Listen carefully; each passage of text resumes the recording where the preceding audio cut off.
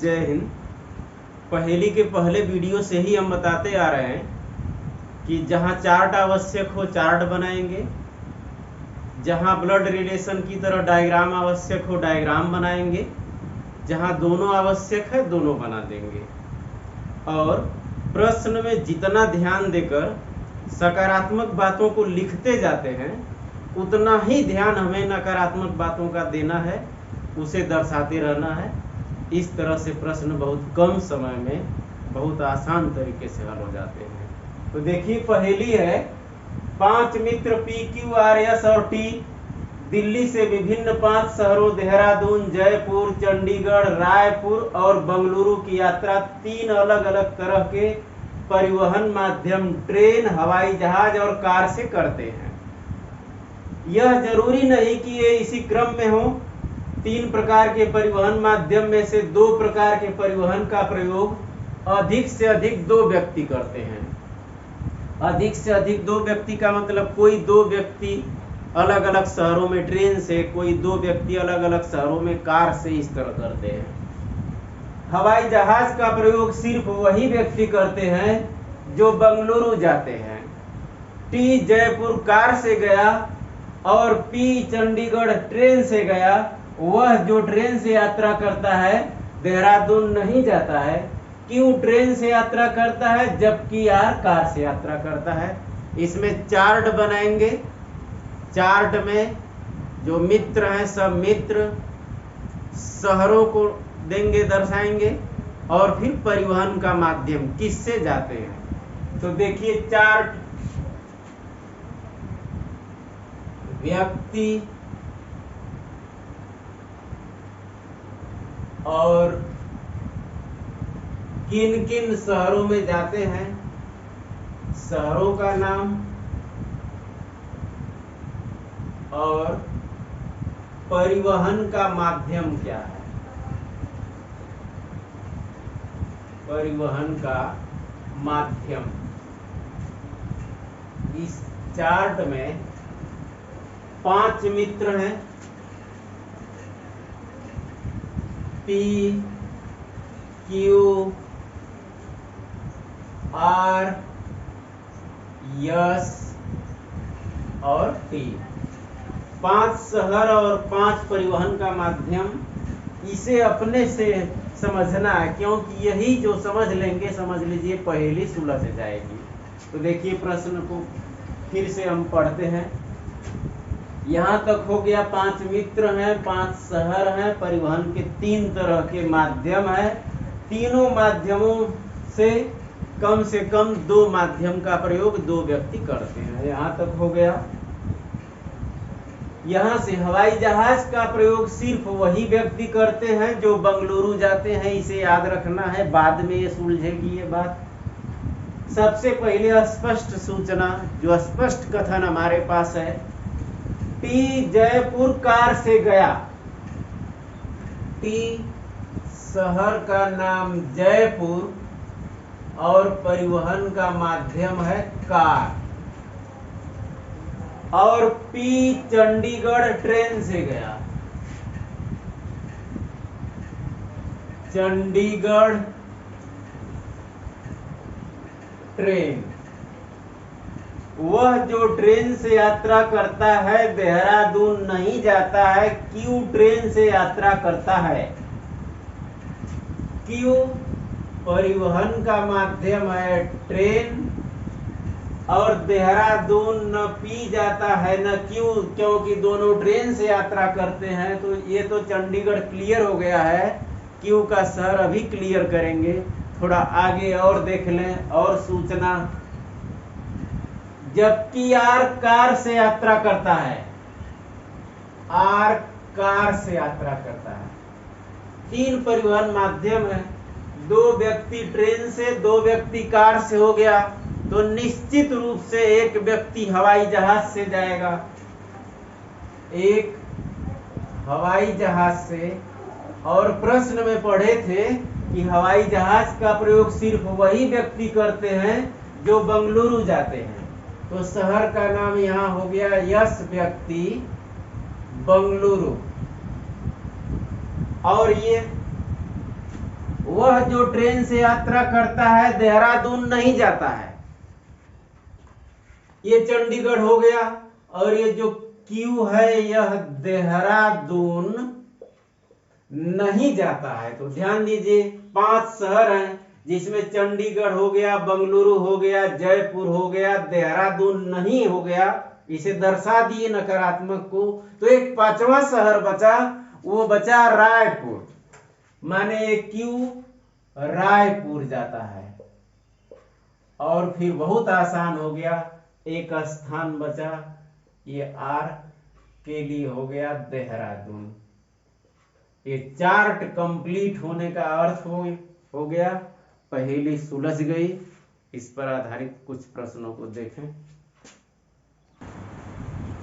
निम्नलिखित संयोजन में कौन सा क्यू के लिए सत्य है? माने कौन सा शहर है तो परिवहन का माध्यम उसके लिए कौन सा सही है? तो रायपुर ट्रेन ये सही है, रायपुर ट्रेन। निम्नलिखित व्यक्ति और परिवहन का माध्यम कौन सा संयोजन सत्य है? माने कौन व्यक्ति है और परिवहन का माध्यम कौन है? तो देखिए यस, हवाई जहाज। देहरादून जाने वाला व्यक्ति किस माध्यम से गया? देहरादून जाने वाला व्यक्ति कार वाले माध्यम से गया, सी कार। निम्न में से देहरादून की यात्रा किसने की? देहरादून की यात्रा आर ने की।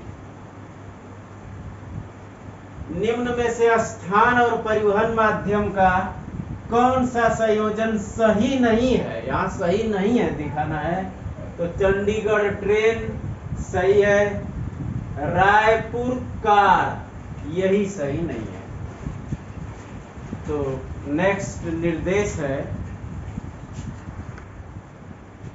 नीचे दी गई सूचनाओं को सावधानी पूर्वक पढ़ें और फिर उस पर आधारित प्रश्नों के उत्तर दें। पहेली है, MTDFHR और W 7 विद्यार्थी हैं जो 3 विभिन्न कॉलेजों फर्स्ट, सेकंड और थर्ड में इस प्रकार पढ़ते हैं कि कम से कम 2 एक कॉलेज में है। कम से कम 2 का अर्थ है 2 या 2 से अधिक, 3 रह सकते हैं, लेकिन 2 कॉलेज में 3 नहीं रहेंगे क्योंकि 3 कॉलेज हैं। यदि 2 में 3 हो जाएंगे तो 3 3 6 एक ही बचेगा, और 2 से कम नहीं रहना है। तो कम से कम 2 का अर्थ होगा किसी कॉलेज में 2, किसी और में 2 और किसी तीसरे में 3। अंग्रेजी, इतिहास, भूगोल, गणित, भौतिकी, रसायन शास्त्र और जीव विज्ञान में से प्रत्येक के पास एक पसंद का विषय है। 7 विद्यार्थी हैं, 7 पसंद का विषय है, एक एक विषय। जरूरी नहीं कि इसी क्रम में। डी का पसंदीदा विषय भौतिकी है, वह कॉलेज सेकेंड में केवल एम के साथ अध्ययनरत है। एच की पढ़ाई कॉलेज थर्ड में नहीं होती और उसे अंग्रेजी पसंद है। एफ की पढ़ाई कॉलेज थर्ड में होती है और उसे गणित पसंद नहीं है। जिन्हें भूगोल और रसायन शास्त्र पसंद है उनकी पढ़ाई एक ही कॉलेज में होती है। डब्लू को जीव विज्ञान पसंद है और कॉलेज फर्स्ट में अध्ययनरत नहीं है। आर की पढ़ाई एच के साथ नहीं होती। आर को रसायन शास्त्र पसंद नहीं है, एम को इतिहास पसंद नहीं है। चार्ट बनाएंगे। चार्ट में ये विद्यार्थी, पसंद का विषय और कॉलेजेस यही चार्ट में रहेगा। इसे कंप्लीट करते समय जो भी सकारात्मक इसमें चीजें हैं उसे हम लिखेंगे और जो नकारात्मक है उसी के साथ साथ नीचे उसको भी दर्शाते चलेंगे। देखिए,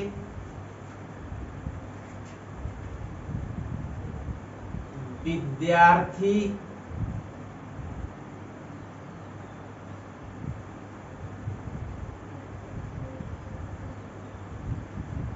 इसके बाद है पसंद का विषय,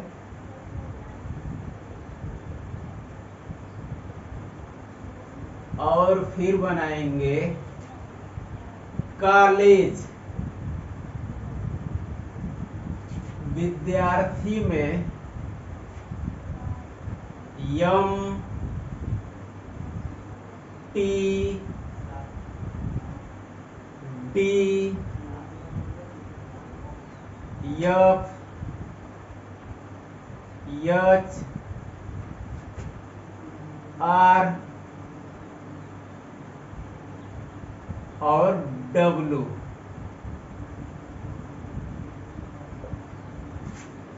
कॉलेज हैं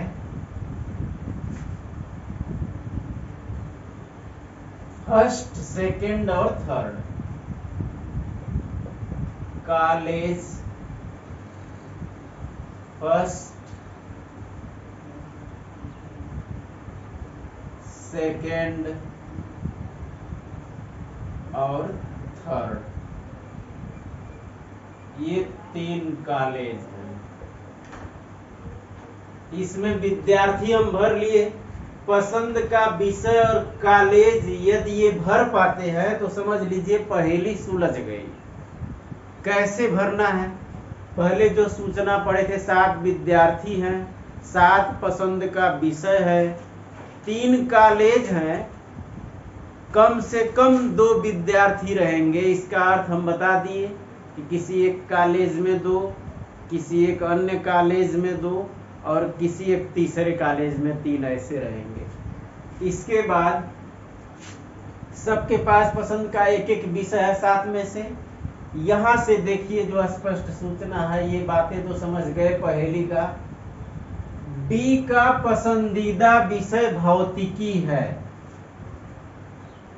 डी का पसंदीदा विषय भौतिकी, ये हो गया। और वह कॉलेज सेकंड में केवल यम के साथ अध्ययनरत है। यह डी कॉलेज सेकंड में यम के साथ, वो भी यम के साथ नहीं, केवल यम के साथ, केवल यम पर, केवल शब्द पर ध्यान देंगे तो पता चलेगा कि यह डी और यम ही इस कॉलेज सेकंड में है और कॉलेज सेकंड में कोई भी नहीं। इन 7 में से केवल 2 डी और यम, बाकी 5 नहीं, तो 5 को क्रॉस कर दिए। केवल यम के साथ अध्ययनरत है, ये हो गया। यच की पढ़ाई कॉलेज थर्ड में नहीं होती, भले नहीं होती लेकिन इसे भी दर्शाएंगे, तभी कम समय लगेगा और आसान रहेगा प्रश्न। यच की पढ़ाई कॉलेज थर्ड में नहीं होती, देखिए इस तीसरे में नहीं होती। कितना आसान हो गया कि दूसरे में तो होती नहीं है, पहले ही हो गया अभी, और तीसरे में नहीं होती, तो इसका मतलब कहाँ होती है? पहले में होती है। तुरंत क्लियर हो गया। और उसे अंग्रेजी पसंद है, इस यच को अंग्रेजी पसंद है। यफ की पढ़ाई कॉलेज थर्ड में होती है और उसे गणित पसंद नहीं है। यफ की पढ़ाई कॉलेज थर्ड में, तो इस तीसरे में होती है और उसे गणित पसंद नहीं है। भले पसंद नहीं है तो नहीं पर करें। यफ के लिए यहाँ नीचे चार्ट के बाहर, चार्ट यहाँ तक है, इस चार्ट के बाहर उसी सीध में गणित लिख के और काट दे, गणित पसंद नहीं है। और एक चीज इसमें सूचना भर दे हम अलग से, आसान रहेगा। यफ की पढ़ाई इस तीसरे में होती है तो इस दूसरे और पहले में नहीं होती है, और आगे इसको हल करने में सहायक रहेगा। जिन्हें भूगोल और रसायन शास्त्र पसंद है उनकी पढ़ाई एक ही कॉलेज में होती है, ये याद रखना, इसे बाद में करेंगे। डब्लू को जीव विज्ञान पसंद है, डब्लू को जीव विज्ञान पसंद है और कॉलेज फर्स्ट में अध्ययनरत नहीं है, तो डब्लू पसंद के विषय में लिख लें जीव विज्ञान और क्या कह रहा है W के बारे में, और कॉलेज फर्स्ट में अध्ययनरत नहीं है, नहीं कह रहा है कॉलेज फर्स्ट में नहीं है, क्रॉस कर दे तो सेकंड में पहले से क्रॉस लगा है वो डी और इसके कारण यम और डी के कारण। अब कह रहा है कि W की पढ़ाई कॉलेज फर्स्ट में नहीं होती, सेकंड में पहले से क्रॉस लगा है, तो इसका मतलब कहाँ होती है, थर्ड में होती है। यहाँ तक क्लियर हो गया।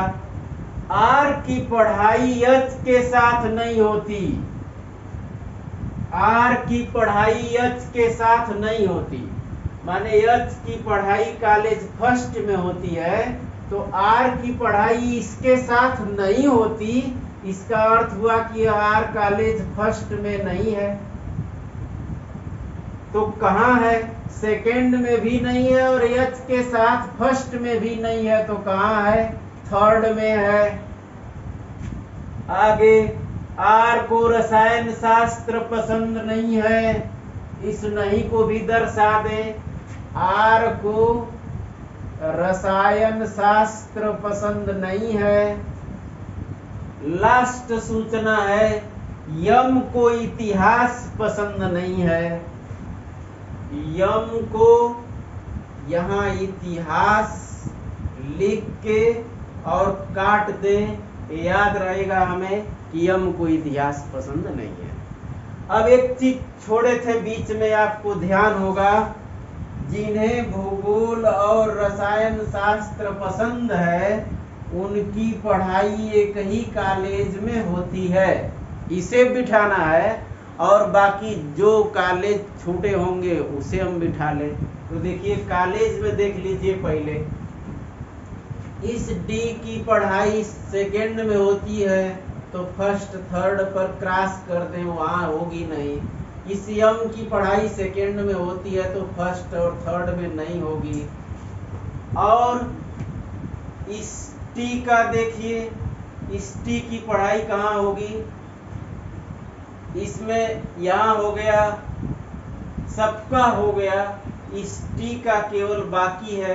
तो बहुत स्पष्ट सूचना हमारे पास है कि किसी एक कॉलेज में दो से अधिकतम दो का मतलब 2, 2, 3 बताए थे हम, उसमें 1, 2, 3 हो चुका है जब, तो नहीं अधिकतम 2 क्या, कम से कम 2 एक कॉलेज में है, अधिकतम 2 नहीं, उसको ऐसे कम से कम 2 एक कॉलेज में है। तो कम से कम 2 एक कॉलेज का अर्थ बताए थे कि एक कॉलेज में 2, एक कॉलेज में 2 और किसी एक कॉलेज में 3 रहेंगे, यही क्रम है, 4, 3, 7। तो इसमें 3 हो गए, 3 से अधिक हो नहीं सकते, तो इस टी की पढ़ाई इस थर्ड में होगी नहीं, तो स्पष्ट हो गया कि इस टी की पढ़ाई फर्स्ट में होगी। माने सभी 7 के लिए कौन कौन कॉलेज है एकदम क्लियर हो गया।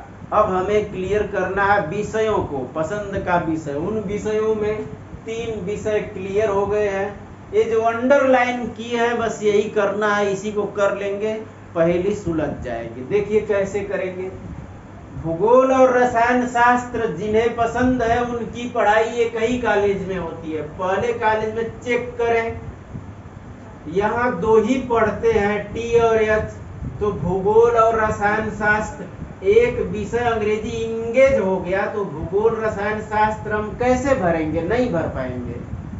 कॉलेज सेकंड को चेक करें, कॉलेज सेकंड में एक विषय पसंद का भौतिक पहले से इंगेज है, तो भूगोल और रसायन शास्त्र इसमें भी नहीं कर पाएंगे। कॉलेज थर्ड क्लियर हो गया कि इसी में होंगे वो दोनों जो भूगोल पढ़ते हैं और रसायन शास्त्र पढ़ते हैं।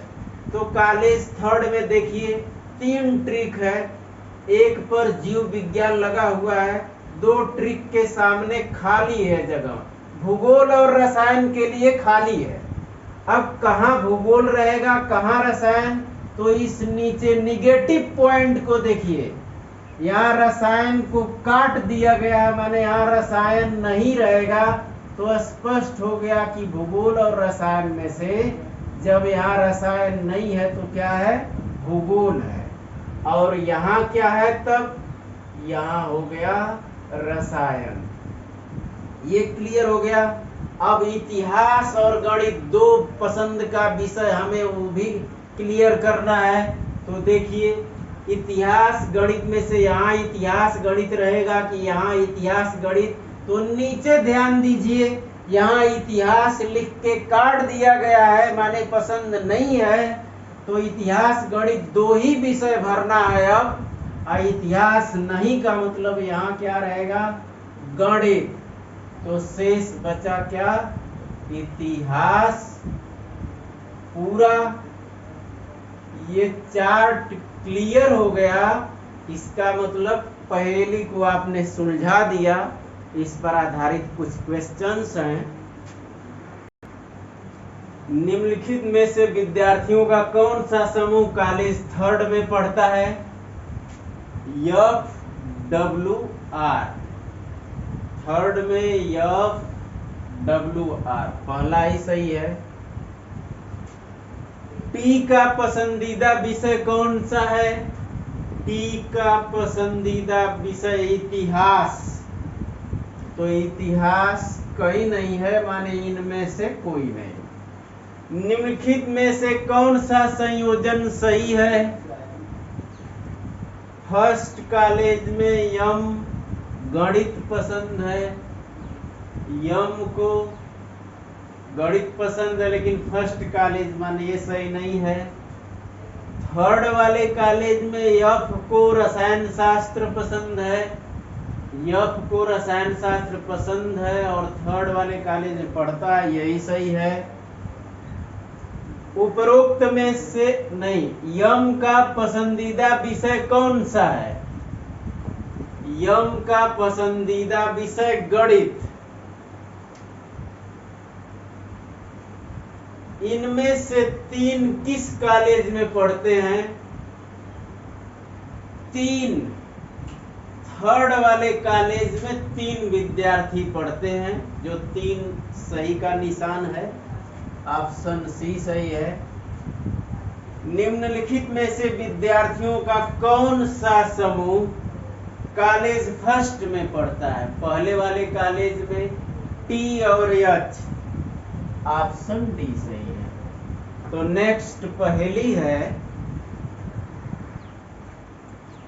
लोगों के एक समूह में एक परिवार के 6 सदस्य और एक वकील हैं, ALMNOPQ और R हैं, जिनके अलग अलग पेशे हैं। इनमें से प्रत्येक पत्रकारिता, बिजनेसमैन, आर्किटेक्ट, डॉक्टर और पायलट में से किसी एक पेशे में है।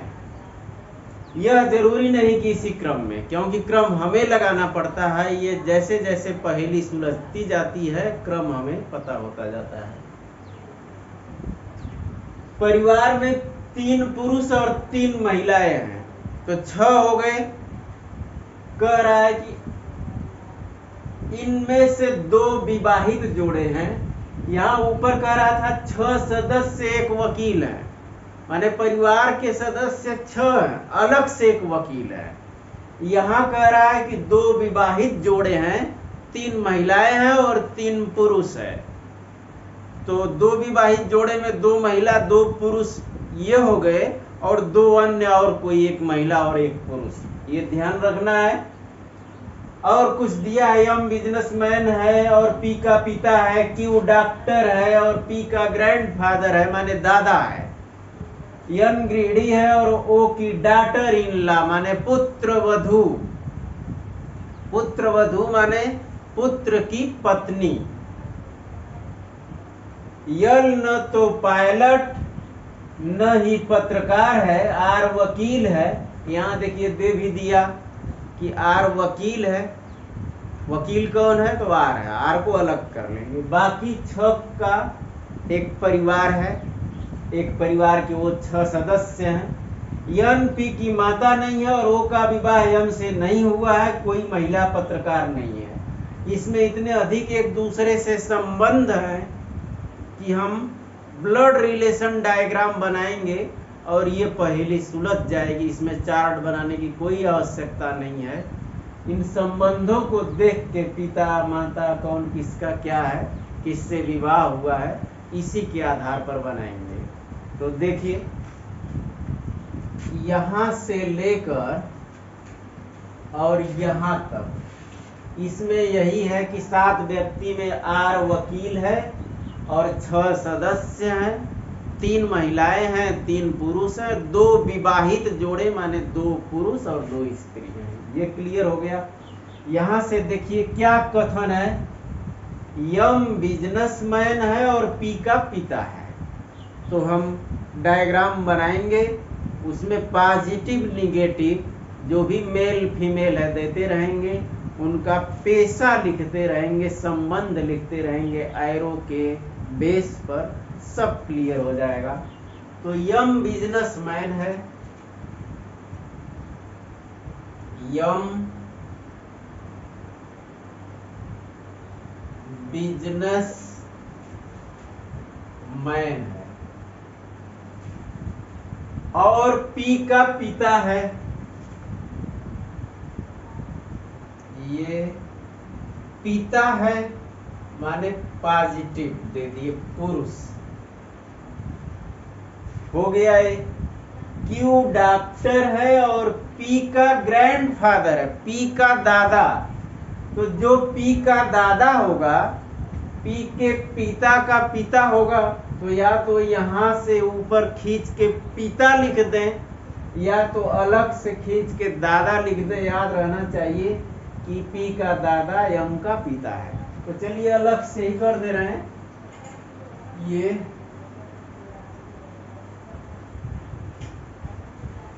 क्यू डॉक्टर है, क्यू ये डॉक्टर है और पी का दादा है। दादा से स्पष्ट हो गया कि ये पुरुष भी है और यहाँ दादा लिख देते हैं और यहाँ जो पहले आप कर लिए हैं, यम बिजनेसमैन है, पी का पिता है, पिता भी लिख दिए यहाँ तक हो गया। यन गृहिणी है और ओ की डॉटर इन लॉ है। यन और ओ का इनमें से पी एम क्यू से किसी से अभी संबंध नहीं बन रहा है, तो इसे छोड़िए, अभी बाद में कर लेंगे। अब इसमें इनकी पत्नियां कौन है ये क्लियर करना है हमें। तो देखिए आर तो वकील है, आर को तो अलग ही कर दे रहे हैं, ये कंफ्यूज नहीं करेगा आपको। बस 6 में संबंध बनाना है। आर वकील है, इस परिवार में नहीं है। ये यल न तो पायलट न ही पत्रकार है, आर वकील है, ये हो गया। यन पी की माता नहीं है, पी की माता यन कह रहा है कि नहीं है, इसकी माता नहीं है माने यम की पत्नी नहीं है। ओ का विवाह यम से हुआ नहीं है माने यम की पत्नी ओ भी नहीं है। तो देखिए आर को छोड़कर शेष 6 सदस्य हैं, M Q P, M Q P, इन्हें हम क्लियर कर दिए हैं। पत्नियां में यम की पत्नी यन नहीं हो सकती, ओ नहीं हो सकती। तो 6 में आर को छोड़कर इन 6 में बचा कौन, यल बचा। क्लियर है कि यम की पत्नी कौन होगी, यल होगी। निगेटिव क्योंकि पत्नी है महिला, माने एक संबंध यहाँ हो गया। या तो ऐसे जो हम कर्व कर देते हैं वो विवाहित जोड़े के लिए करते हैं, चाहे तो आप किसी साइड में एरो दे के और यहाँ जिस साइड में बना रहे हैं ये तीर का निशान, तो निगेटिव है तो पत्नी लिख दें और पॉजिटिव है तो पति लिख दें। माने यम की पत्नी है यन। क्लियर हो गया? फिर से सुनना चाहें तो सुन सकते हैं। यन पी की माता नहीं है, माने यन यम की पत्नी नहीं है। और दिया है कि ओ का विवाह भी यम से नहीं हुआ है, तो न यन का हुआ है न ओ का हुआ है। 6 ही सदस्य हैं, यम क्यू और पी। इसके बाद लास्ट में यल, तो निश्चित रूप से छठवां जो बचा वो यल बचा। तो एक विवाहित जोड़ा क्लियर हो गया।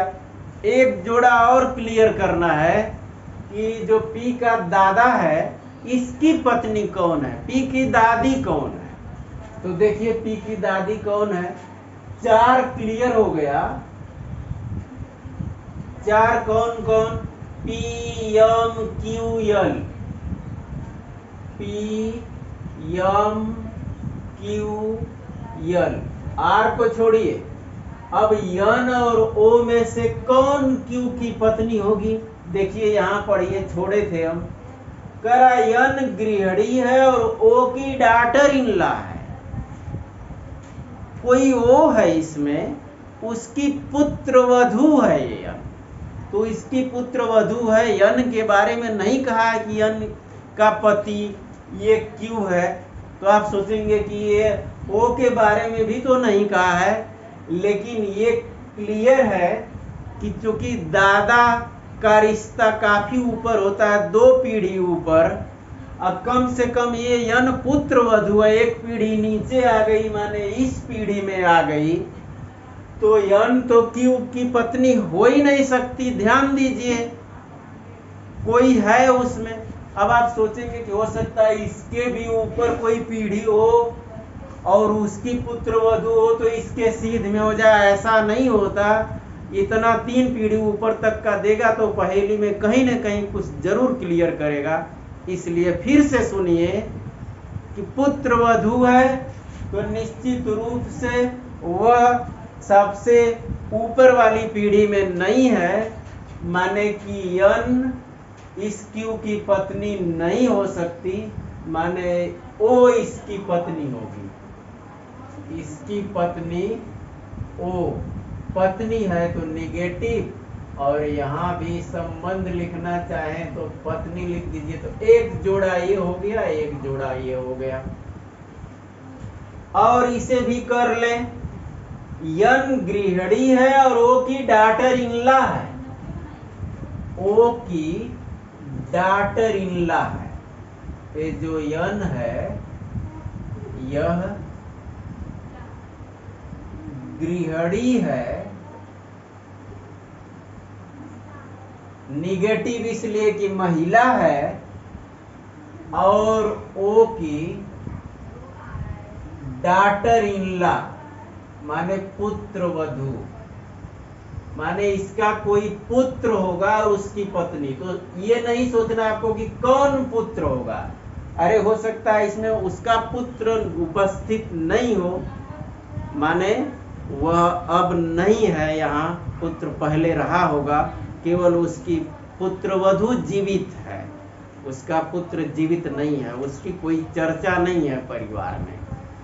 तो इस ओ या क्यू इनका कोई एक और पुत्र, एक पुत्र तो यम है, कोई एक और पुत्र जिसकी ये पत्नी है, क्योंकि इस पुत्र की तो पत्नी यल हम क्लियर कर चुके हैं। कोई एक और पुत्र रहा होगा और उसकी पत्नी यन, माने इस क्यू और ओ की पुत्र वधू है, और ये क्या है? एक गृहिणी है। अब देखिए आर वकील है। वकील को छोड़कर क्या क्या 3 पैसे क्लियर हो गए वकील को छोड़ के।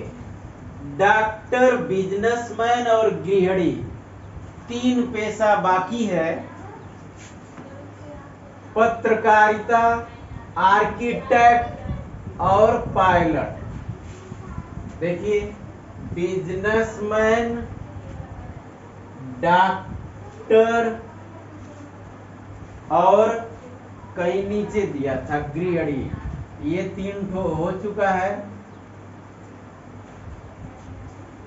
और 3 बाकी है, पत्रकारिता, आर्किटेक्ट और पायलट। यहां नीचे क्या दिया है? एक सूचना, एक कथन और छूटा हुआ है यल न तो पायलट है न पत्रकार है। ये जो यल महिला है, यम की पत्नी है, न पायलट है न पत्रकार है। तो जब ये पायलट भी नहीं है और पत्रकार भी नहीं है तो निश्चित रूप से क्या होगी? आर्किटेक्ट। 3 क्लियर हो गया। 3 की चर्चा कर रहे हैं। उन 3 में पत्रकार और पायलट को छोड़ के शेष 6वां बचा आर्किटेक्ट। आर्किटेक्ट ये हो गया। अब बचा कौन कौन? पी और ओ। पी और ओ के बारे में क्या कह रहा है? यहां देखिए क्लियर, कोई महिला पत्रकार नहीं है और वो तो एक महिला है तो पत्रकार हो नहीं सकती। तो आर्किटेक्ट, गृहिणी, डॉक्टर, बिजनेसमैन 4 क्लियर हो चुका है। बचा क्या क्या? पत्रकार बचा और पायलट बचा। तो ये पत्रकार होगी नहीं तो निश्चित रूप से क्या होगी? पायलट होगी। तो शेष 6वां क्या होगा? पत्रकार। अब 1 2 ये 2 पॉजिटिव, 1 2 3 निगेटिव। तो निश्चित रूप से एक और ये पी पॉजिटिव माने पी भी कोई पुरुष होगा। तो देखिए जो पहेली थी, पहेली में 6 मेंबर थे, 1 2 3 4 5 और 6, और अलग से एक वकील था। इन 6 मेंबर में 2 विवाहित जोड़े, ऐसे जो कर्व किए, 2 विवाहित जोड़े क्लियर हो गया और 3 महिलाएं और 3 पुरुष क्लियर हो गया। माने पहेली सुलझ गई। इस पर आधारित कुछ क्वेश्चंस हैं। समूह में 3 महिलाओं का प्रतिनिधित्व निम्न में से कौन सा समूह करता है? 3 महिलाओं, जो 3 जगह माइनस दिया गया, यल एन ओ। ऑप्शन सी सही है। क्यू का विवाह किससे हुआ है? क्यू का विवाह ओ से हुआ है। Option B. परिवार के निम्नलिखित सदस्यों में से आर्किटेक्ट कौन सा है? आर्किटेक्ट यल है। Option A. निम्नलिखित में से पी का पेशा कौन सा है? पी का पेशा, पी पत्रकार है। Option D. क्यू का ओ से क्या संबंध है? क्यू का कह रहा है, ओ से कह रहा है। तो क्यू ओ का पति है, क्योंकि ओ क्यू की पत्नी है। तो क्यू का कह रहा है, क्यू ओ का पति, माने ऑप्शन सी सही है। तो रीजनिंग के नेक्स्ट चैप्टर के लिए फिर मिलेंगे नेक्स्ट वीडियो में। जय हिंद।